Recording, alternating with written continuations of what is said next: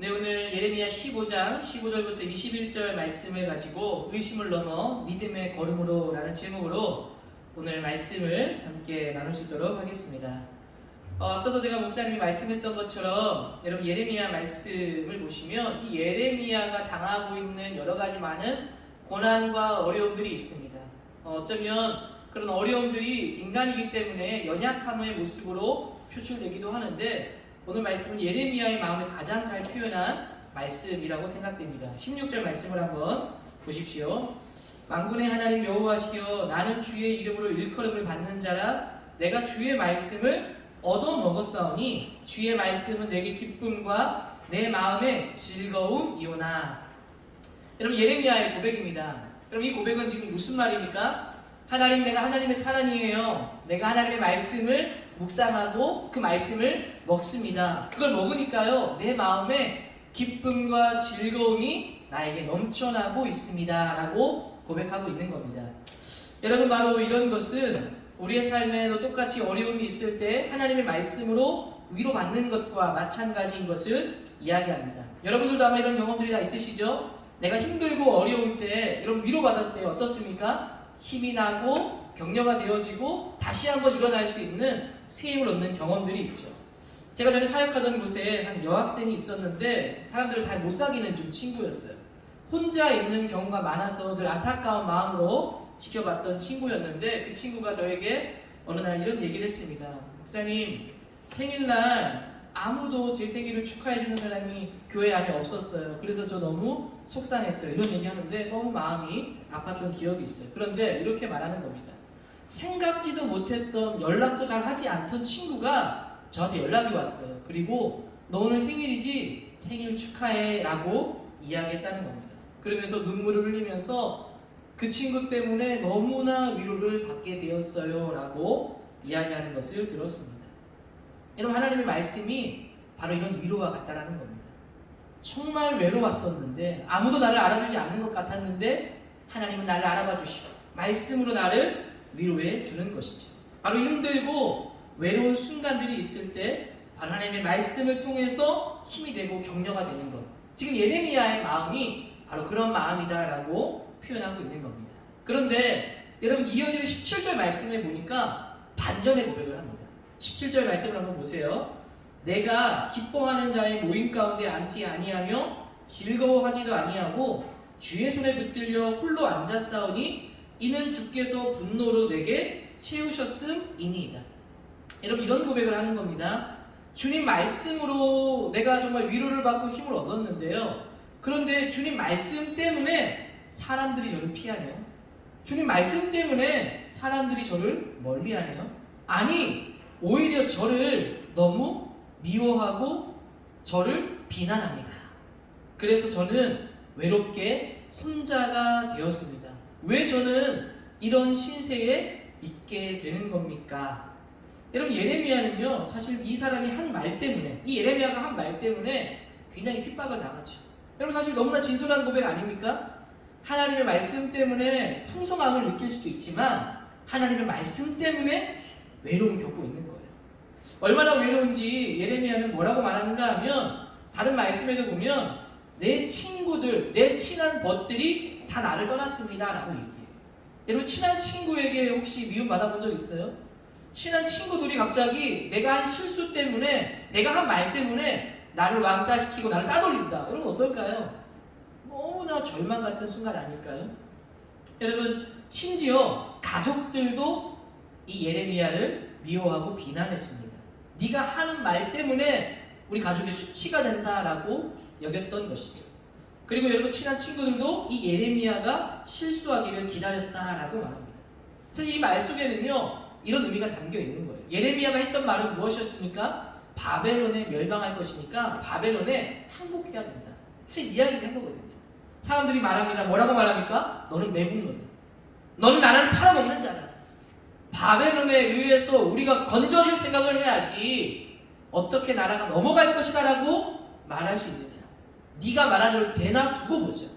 오히려 예레미야가 실수하기를 지켜보고 있다라고 말합니다. 그리고 심지어 야 바벨론에 의해서 우리나라가 망한다면서 근데 왜 아무 일도 일어나지 않니? 네가 말한 거 진짜 맞는 거야? 너 바벨론에 뭘 받아먹니? 너 매국노야? 라는 이야기를 듣고 있는 겁니다. 여러분, 예레미야의 마음과 심정이 어떠했을까요? 예레미야도 사실은 이런 말 하기를 원하지 않았습니다. 예레미야는 자기의 말씀에, 이 예레미야 말씀을 보면 표현하는 말들이 많이 나오는데, 내가 도저히 이제 주님의 이름으로 말하지 않겠습니다 라고 말하기까지 해요. 여러분, 이것을 우리가 잘 이해해야 합니다. 어떻게 잘 이해해야 됩니까? 우리가 말씀의 은혜를 누리고 은혜를 받고 은혜를 충만하여도 여러분, 외로움은 찾아올 수 있다.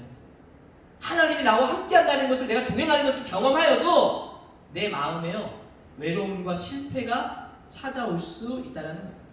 성령의 충만함을 구하여도 다시 언제 그랬냐는 듯이 절망으로 떨어질 수 있다는 거예요. 내가 열심히 기도해서 막 감동이 되어지고 눈물이 나왔는데 옆에 누가 한마디 쭉 하는 것 때문에 갑자기 나락으로 떨어질 수도 있다는 겁니다. 큰 승리 뒤에도 무너질 수 있다는 것이죠. 이전에도 나눴던 이야기, 성경 속에 나오는 엘리야 이야기를 봐도 그렇지 않습니까? 엘리야가 누굽니까? 위대한 선지자예요. 갈멜산의 그 대결은 어마무시한 대결입니다. 여러분, 그 당시에 이세벨이라는 그 여왕이 자기가 믿고 있던 그 나라의 바알과 아세라 선지자들을 850명 가까이 사람을 세웠어요. 얼마나 많은 사람이고, 완전히 바알과 아세라 신상을 세우는 나라로 탈바꿈하는 그런 시대였습니다. 여러분, 그런 시대에 하나님 믿는 사람이라고 하면서 갈멜산에서 그들과 대결을 벌인다라는 건 거의 목숨 건 거예요. 말도 안 되는 이야기를 하고 있는 거예요. 사람들도 손가락질하는 이야기를 하고 있는 겁니다. 그런데 그 대결에서 누가 이깁니까? 어디에서 불이 떨어지게 됩니까? 하나님 앞에 홀로 기도했던 엘리야의 제단에 불이 떨어지는 거예요. 하나님의 영광이 그곳 가운데 드러났습니다. 그곳에 있던 바알 선지자들은 다 죽임을 당하고 도망가는 자들까지 쫓아가갖고 다 죽게 되었지요. 여러분, 이 위대한 승리는 엘리야에게 소망을 품게 했을 겁니다. 이제 드디어 진짜 참신 하나님이 드러났으니까 바알 선지자를 따르는 사람들은 다시 돌이키고 종교개혁, 기독교로서 하나님의 믿는 자들로서 개혁이 일어나게 될 것이다 라고 얘기했을 것 같습니다. 새로운 시대가 올 것이다. 여러분, 예레미야는 그런 설레임에 가득 차 있었을 겁니다. 그런데 여러분, 그 엘리야를 가만두지 않은 사람이 누구입니까? 아합 그냥 도망갔겠지만, 여러분, 이 사실을 안 이세벨 분노하기 시작하죠. 여러분, 예레미야 생각에는요, 이 이세벨이 깜짝 놀라서 주역량을 칠 줄 알았을 겁니다. 그런데 주역량은커녕 어떻게 합니까? 엘리야에게 메시지를 전달하죠. 어제 여러분 저녁 집회 말씀 잘 들었죠? 그 목사님께서 참 청소년 사역을 설교를 잘 하시는 분으로 굉장히 유명해서 우리 같이 말씀 들어 참 좋은 기회인데, 제가 보니까 흉내를 잘 내시더라고요. 저도 연습을 좀 해봤는데 이세벨이 이랬을 것 같아요. 뭐시? 내 예언자들을 다 죽였다고? 죄송합니다. 내일 이맘때까지 내가 너를 죽이지 않으면 신들이 너에게 천벌을 내릴 것이다 라고 말하면서 이 엘리야를 죽이려고 하죠. 여러분, 이 말을 들은 엘리야는 어디 한번 와봐라, 하나님의 능력을 보여줄게 라고 이야기하지 않고 벌벌 떨고 도망갑니다. 자기를 죽이러 온다는 말을 듣고 그렇게 큰 승리를 경험했음에도 불구하고 도망자의 신세가 되는 겁니다. 홀로 광야에 있으면서 로뎀나무 아래에서 뭐라고 말하는 줄 아십니까? 하나님, 이렇게 사느니 차라리 죽여주십시오. 너무나 비참합니다. 하나님이 승리할 줄 알았는데 저 이세벨은 더 기세등등하네요. 차라리 이렇게 살 바에는 죽는 것이 낫겠습니다. 저를 죽여주시고 목숨을 거두어 가주십시오 라고 간구합니다. 여러분, 이런 이야기를 통해서 우리가 잊지 말아야 할 것은, 여러분, 우리가 말씀으로 충만하고 내가 충만하다고 다 될 것이다 라고 착각하면 안 됩니다. 진짜 말씀이 충만하니까 두려움도 사라지고 미움도 사라지고 다 사랑하게 될 것 같다? 아니요. 여전히 말씀을 먹고 승리해도 외로울 수 있고요, 실망하고 실패할 수 있다는 겁니다. 수련회 때 여러분 은혜를 받아도 여전히 죄를 짓고 살아갈 수 있다는 거예요. 여러분, 때로는 엄마 아빠와 우리 학생들은 보통 소통이 굉장히 어려운 것으로 많이 이야기되는데, 여러분 어떻습니까? 이제 말씀 은혜 받았으니까 소통이 잘 될 것 같은데 엄마가 한마디 하면 또 마음이 실망이 되어가지고, 좀 나 좀 내버려둬 하면서 화를 내는 일들이 우리 가운데 있을 겁니다. 여러분, 큰 승리를 경험해도 무너질 수 있는 게 인간의 모습이에요. 수련회 열심히 잘 참석해갖고 최선을 다하는데 누가 한마디 툭 하니까 마음에 갑자기 실망이 되고 나 안 해! 나 수련회 안 할 거야! 내가 이것 안 한다고 했지! 하면서 그냥 벗어날 수 있는 일들이 충분히 있을 수 있다는 겁니다. 여러분, 그러나 그렇다고 해서 그런 행동을 한다고 해서 믿음이 없는 사람일까요? 믿음이 충만하지 못한 것일까요? 그동안 받았던 은혜는 다 사라지고 마는 것일까요? 그렇지 않습니다. 여러분, 예레미야도 엘리야도 똑같은 의리와 성정을 가진 사람이었고 그들도 넘어졌고 그들도 연약한 사람이었다라는 겁니다. 여전히 그들은 믿음이 충만한 사람이고 하나님 앞에 강한 사람들입니다. 여러분, 근데 왜 그럴 수 있었습니까? 그런 약해지는 순간에도 어떻게 했습니까? 하나님을 찾았다는 것이죠. 여러분, 이번에 수련을 받았다고 해서 모든 게 해결되는 것은 아닙니다. 그러나 우리가 바뀌어져야 되는 게 있어요. 뭐예요? 하나님을 향해야 되는 마음. 어떤 순간에도 내가 하나님을 잃지 않아야 된다는 마음. 여러분, 우리의 환경과 상황에는 어려움이 찾아오게 되어져 있죠. 지금 오지 않았다 해도 결국은 오게 될 것이 어려움과 환난입니다. 여러분, 그럴 때 어떻게 해야 되겠습니까? 좌우를 둘러보는 사람이 되어서는 안 된다는 거예요. 사람을 의지하고 누군가의 도움을 갈구하고 뭔가 내가 해보려고 발버둥을 치지만 사실은 진짜 의지해야 될 것은 하늘을 바라봐야 된다는 거예요. 좌우가 아니라 하늘 위로 볼 수 있는 눈을 가져야 된다는 거예요. 여러분, 예레미야의 진솔한 고백 뒤에 18절에 여러분 이런 고백을 합니다. 참 이 고백이 참 저는 예레미야에게 참 시적으로 와닿는 표현인데 18절에 나의 고통이 계속하며 상처가 중하여 낫지 아니하면 어찌 됨이니까 주께서는 내게 대하여 물이 말라서 속이는 신에 같으시리. 여러분, 이런 고백이죠. 주의 말씀을 경험했고 주의 말씀이 있는 줄 알았는데 내 목마름은 해가 되지 않아요. 물이 있는 줄 알았는데 사실은 물이 없는 텅 빈 상태예요. 여러분, 이거 세번역으로 번역하면 주님께서는 흐르다가도 마르고 마르다가도 흐르는 여름철의 시냇물처럼 도무지 믿을 수 없는 분이 되었습니다. 하나님을 도저히 신뢰할 수가 없는 분이 되었다라고 말합니다. 이런 거죠. 하나님, 정말 내가 믿어도 되는 분 맞아요? 여러분, 유진 피터스라는 목사님이 번역한 성경 메시지라는 성경이 있는데 그건 참고만 하는데 여러분 이렇게 번역을 했어요. 주님은 신기루입니다. 멀리서 보면 아름다운 오아시스인데 실제로 가까이서 보니까 아무것도 없네요. 아무것도 아니네요. 신기루네요. 여러분, 멀리서 볼 때는 주님이 저를 채워줄 것 같은 오아시스였는데 막상 가까이 가보니까 없는 신기루였다라는 겁니다. 오아시스는 없었다는 겁니다. 멀리서만 볼 때 보이던 것이지 실제하는 것은 아니었다는 것이죠. 여러분, 이 말에는요 이런 말이 담겨 있는 거예요. 주님, 진짜 저 돌보는 분 맞아요? 진짜 저와 함께하는 분 맞아요? 주님 말씀대로 이루어 가시는 분이 맞습니까? 라고 이야기하는 거예요. 여러분, 이런 내용들을 쭉 16, 17, 18절을 보면 예레미야 마음이 오락가락하고 있는 겁니다. 냉탕도 갔다가 온탕도 갔다가 갈팡질팡하는 거예요. 말씀으로도 내가 풍요로워서 너무나 기쁜데 외로움이 있는 겁니다. 하나님 말씀이 있는 것 같은데 비어 있는 겁니다. 주님 정말 계신지 모르겠다라고 고백하고 있습니다. 여러분, 이게 황동들이 이 예레미야의 고백들이 어떤 고백들입니까? 바로 의심을 하고 있는 겁니다. 하나님에 대한 의심. 정말 믿을 수 있는 분이 맞는가? 여러분, 우리의 삶에도 이런 순간들이 있죠. 여러분, 하나님을 정말 신뢰하지만 의심되는 순간들이 있습니까? 없습니까? 의심되는 순간들이 있어요.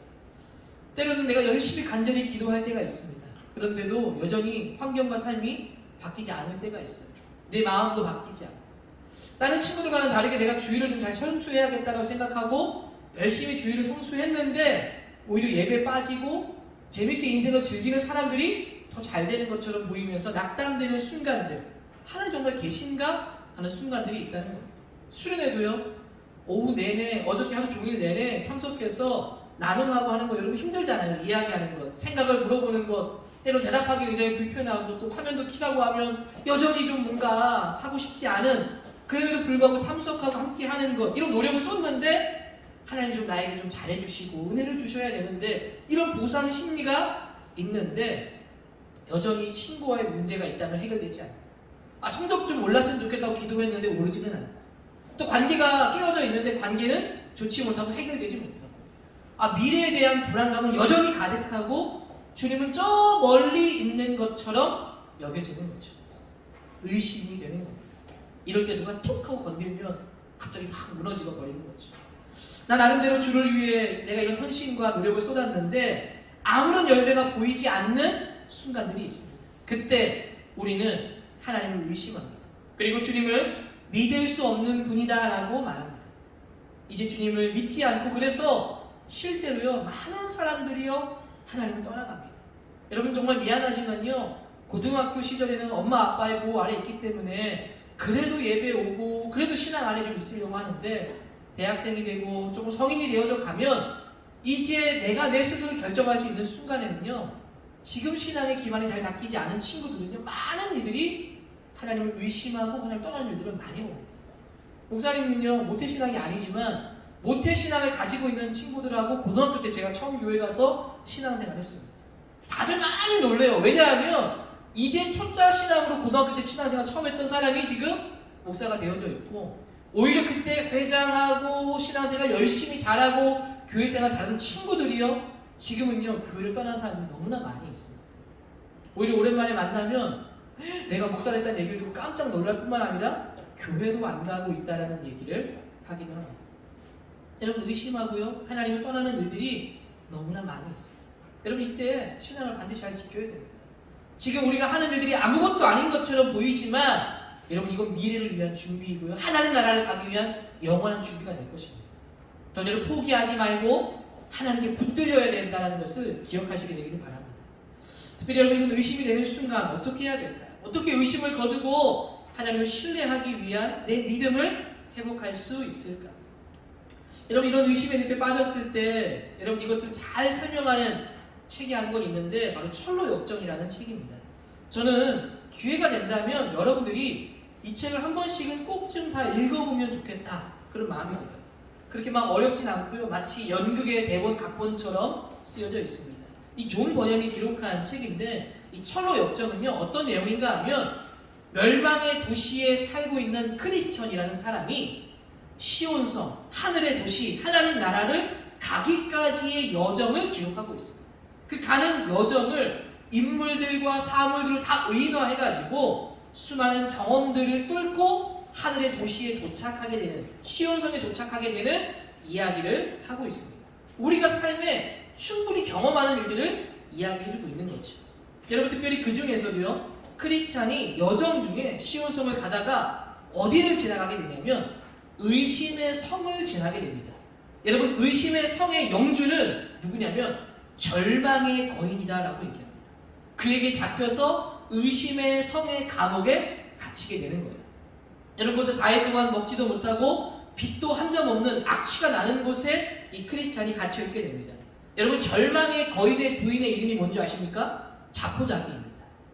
아내의 조언, 이 자포자기의 조언을 듣고 크리스찬을 무자비하게 때리면서 절망으로 몰아넣고 이 아내가 해준 조언에 따라서 스스로를 포기하게 만드는 거죠. 아마 이 절망의 거인이 이렇게 얘기했을 것 같습니다. 이봉의 크리스찬, 이렇게 살아서 뭐하겠는가? 내가 좀 어색하네요. 잘해보고 싶은데 이게 좀 있었으면, 사람들이 있었다면 웃으면 내가 연기를 내가지고 이렇게 좀 해봤을 텐데 예전에 잘했던 것 같은데 요즘은 계속 자꾸 이렇게 여보 크리스찬 이렇게 살아서 뭐하겠는가? 차라리 이렇게 살 바에는 죽는 게 낫지 않겠는가? 이렇게 고통스럽게 살 바에 여기서 뭘 하겠는가? 이러면서 그를 절망과 포기로 몰아넣는 겁니다. 여러분 여기 상징적인 의미가 있죠. 의심의 성에 갇히면요, 의심하기 시작하면 절망이 찾아오고요, 어떻게 됩니까? 포기가 찾아온다. 그리고 스스로 목숨을 끊으려고 한다는 겁니다. 그런데 감사한 것은 이 크리스찬이 그 의심의 성에 갇힐 때 혼자 갇힌 게 아니었어요.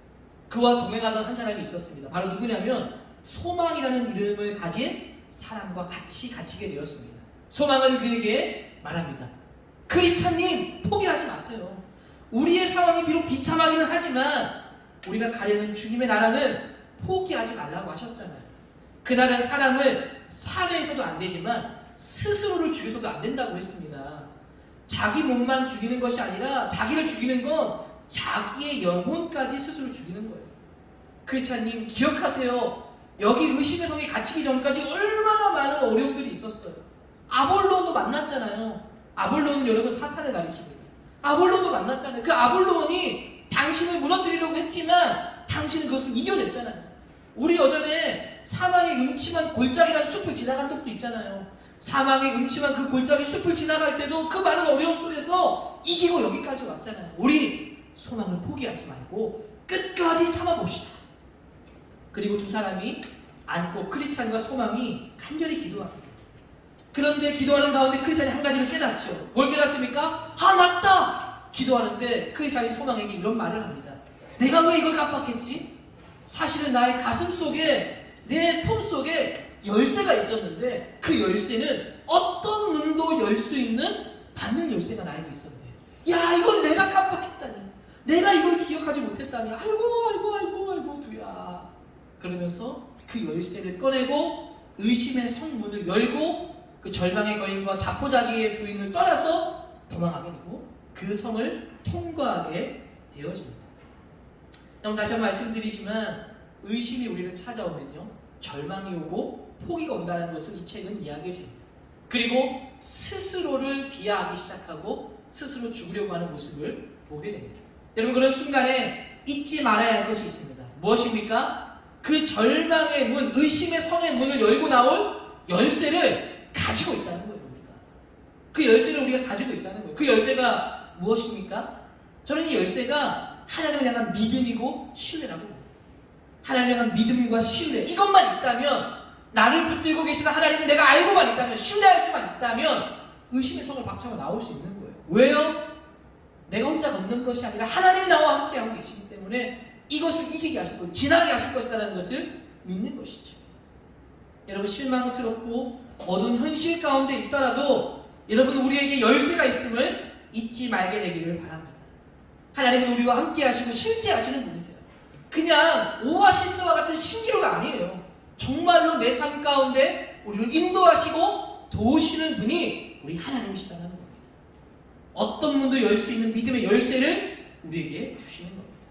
특별히 여러분 이 책 속에 보니까 어떻게 열쇠를 발견했습니까? 소망과 크리스찬이 서로를 부둥켜 안고 그 힘든 시간들을 서로 나눔하면서 기도하기 시작하자 믿음의 열쇠를 허락해 주셨습니다.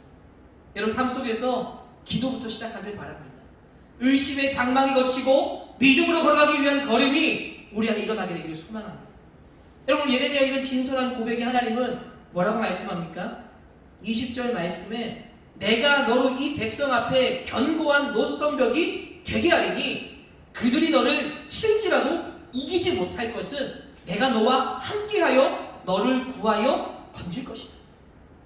하나님께서 뭐라고 말합니까? 의심하지 않고 네가 여전히 나의 말을 붙들고 내 말을 하면 내가 너의 견고한 성벽이 되줄 거다. 그 사람들이 너를 정말 괴롭히더라도 너를 이기지 못하게 만들 것이다. 내가 너와 함께할 것이다. 내가 너를 구해줄 것이다. 여러분 하나님만이 우리의 든든한 방패이시고 든든한 유일한 도움이시다라는 겁니다. 여러분 우리의 삶을 살다 보면 의심, 때로 불평, 불만 여러 가지 많은 것들이 우리 가운데 나타날 수 있습니다. 그럼에도 여러분 어떻게 해야 되겠습니까? 의심을 거두고 믿음으로 나가는 삶이 되어야 할 것입니다. 기도부터 시작하시고 우리 삶의 자리에서 하나님에 대한 신뢰를 어떻게 내가 쌓을 것인지를 고민하면서 그 은혜를 간구하며 살아가게 되기를 간절히 소망합니다. 그러면 하나님께서 여러분을 붙잡아 주시고 승리하게 하시고 이기게 하시는 줄로 믿습니다. 아멘. 우리 같이 한번 그 말씀을 좀 기억하면서 함께 기도하는 시간을 가지면 좋겠습니다.